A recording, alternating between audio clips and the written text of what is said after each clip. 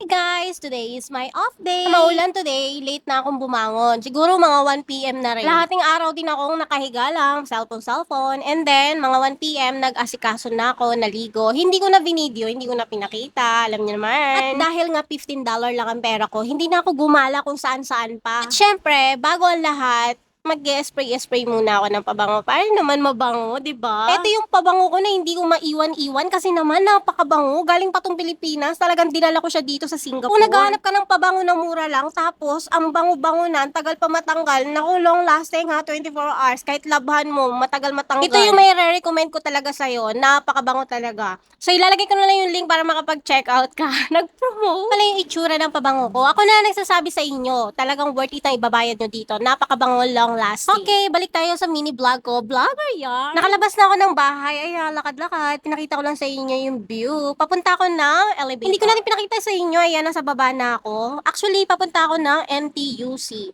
Kasi doon, banday, merong kainan din. So, titingin-tingin muna ako ng pwedeng makain. Kasi nga, wala pa akong agahan, wala pa akong tanghalian. Mag-aalas 2 na ng hapon. Dito sa pinuntahan ko na to, sobrang daming pagkain dito. Sa sobrang dami nga ng pagkain, halos nahirapan talaga ako kung anong bibilhin ko. Hindi ko alam.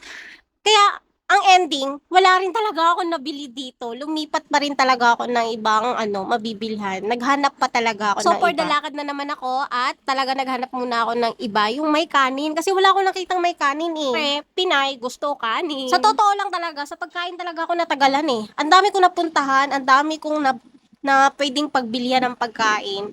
Maraming pagkain. Kaso ang problema, hindi ko alam kung anong bibilhin ko. Sa sobrang dami nga, 'di ba? Tapos, sa sobrang daming pagkain na nakikita ko, parang feeling ko busog na ako, ganun. May iba tayo. Dito nga pala sa Singapore, walang mura, lahat mahal. Mahal ang pagkain dito. Mahal lahat ng bilihin. Tsaka dito, bawat sentabo, mahalaga. Kasi dito yung centavos nagagamit talaga eh. Kahit saan ka bumili dito, magagamit mo. Balik tayo sa mini vlog ko. Well, for the lakad na naman si Inday, naghahanap pa rin ng pagkain hanggang ngayon. Ayan, kung makikita nyo, for the tawid-tawid na naman ako. Actually, mali ang napuntahan ko eh. Hindi ko lang na-video kanina eh. Bumalik pa ako dyan at tumawid pa ako sa kabilang tawiran. Buti na lang, hindi na maulan ngayong hapon. Kung hindi, naku, basa na naman ako. Ayaw nga pala, may dala pala akong payong, no? Well, so dito na tayo. Maghahanap na naman ako ng food.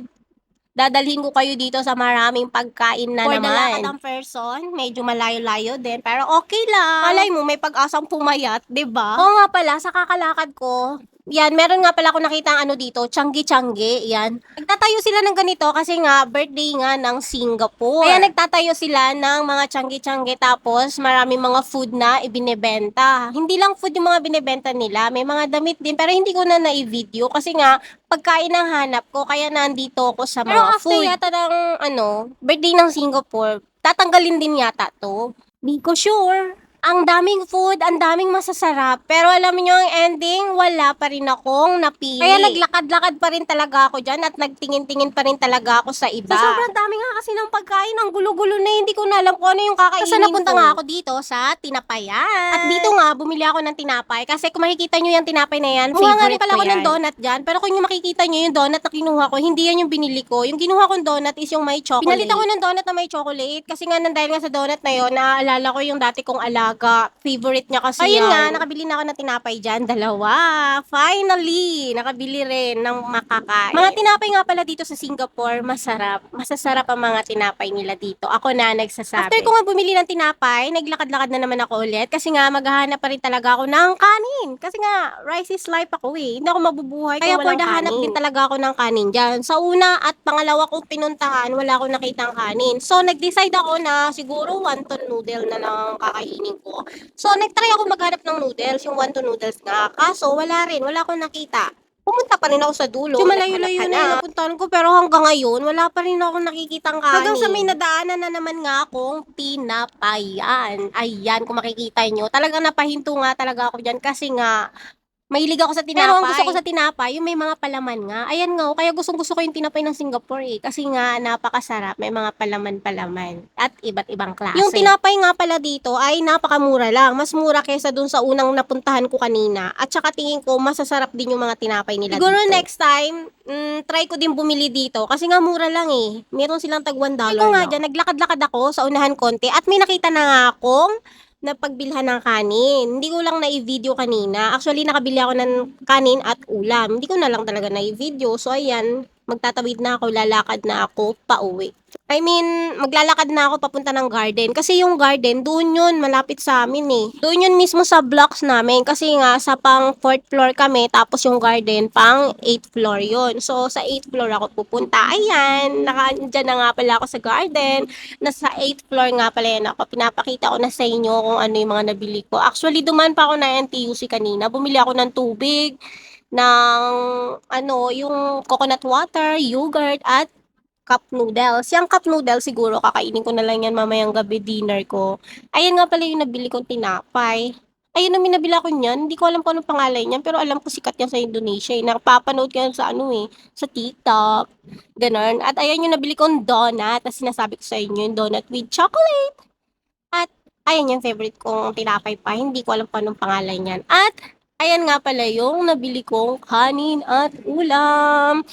Yung ulam ko nga pala dyan, chicken at saka may pork din. Finally, makakakain na rin kasi nga wala pa ako agahan at tanghalian. Anong oras na to? 2:00 pasado na. So, let's eat na! Alam nyo, ang ganda talaga dito sa area na napili ng amo ko. Dito sa, tinitirahan nila. Kasi nga may pa-garden-garden pa sa taas. So, kapag tamad akong gumala, pag day off ko, dito na lang ako tatambay, dadala ng pagkain. Kasi pwedeng tumambay dito at isa pa, ang ganda ng view dito. Kaya kung wala akong pera, pag day off ko, okay lang, nandito na lang ako magtambay. Kasi as you can see naman, di ba? Napakaganda ng view.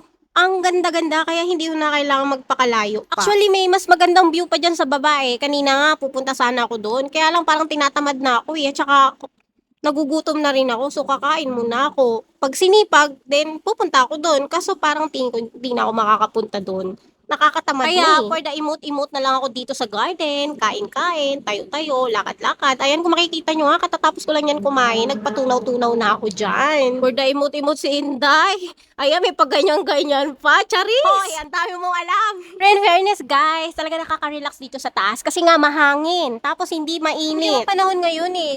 Kaninang umaga nga, grabe, ang lakas ng ulan. Talagang madilim ang langit. Kaya nga, hindi ako nakalabas kaninang umaga.